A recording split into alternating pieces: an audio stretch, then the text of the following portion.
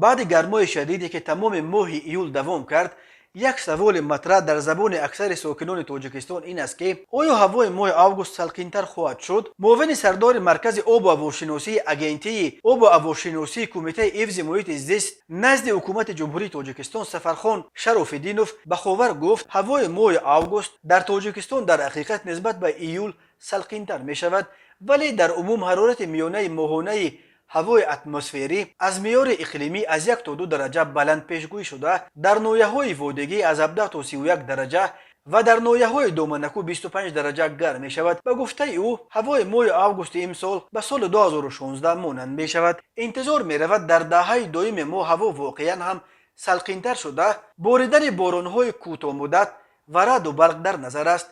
در بعضی ناحیه‌ها شمال با شدت تا 15-20 متر در یک ثانیه می‌وزد.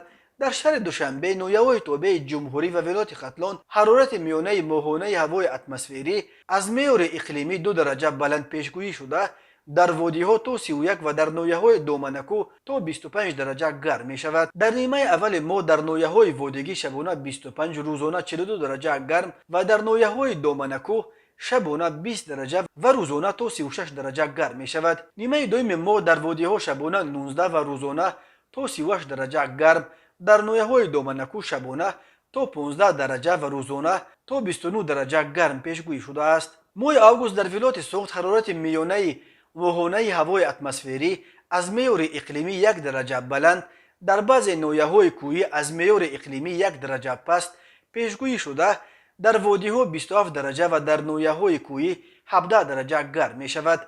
در نیمه اول ماه در ناحیه‌های وادگی شبانه 22 و روزانه 42 درجه گرم و در ناحیه‌های دامنکو شبانه 21 و روزانه 35 درجه گرم در نظر داشته شده است. در نیمه دوم ماه در وادی‌ها شبانه 18 درجه و روزانه 36 درجه گرم و در ناحیه‌های دامنکو شبانه 16 و روزانه 30 درجه گرم پیشگویی می شود. باریدن باران‌های کوتاه مدت و به عمل آمدن رعد و برق در ناحیه‌های کوهی و دامنکو در نظر است. به گفته سفرخان شراف‌الدینوف در این ماه در منطقه‌های کوهی ناحیه‌های تابع جمهوری و غرب ولایت مختار کوهستان بدخشان هوا تا 22 درجه گرم می شود.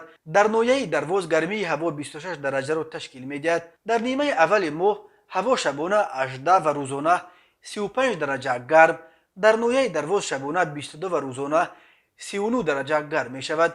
نیمه دوم ماه پسروی حرارت هوا در نظر بوده شبانه 13 و روزانه 28 درجه گرمی در نظر است. مقدار ماهانه بارش در ناحیه‌های تابع جمهوری از معیار اقلیمی پس بوده در غرب ولایت مختار کوهستان بدخشان از معیار مقرر شده بلندتر پیشگویی می شود. باریدن باران‌های کوتاه مدت و به عمل آمدن رعد و برق اساساً دوام نیمه دوم ماه پیشگویی می شود.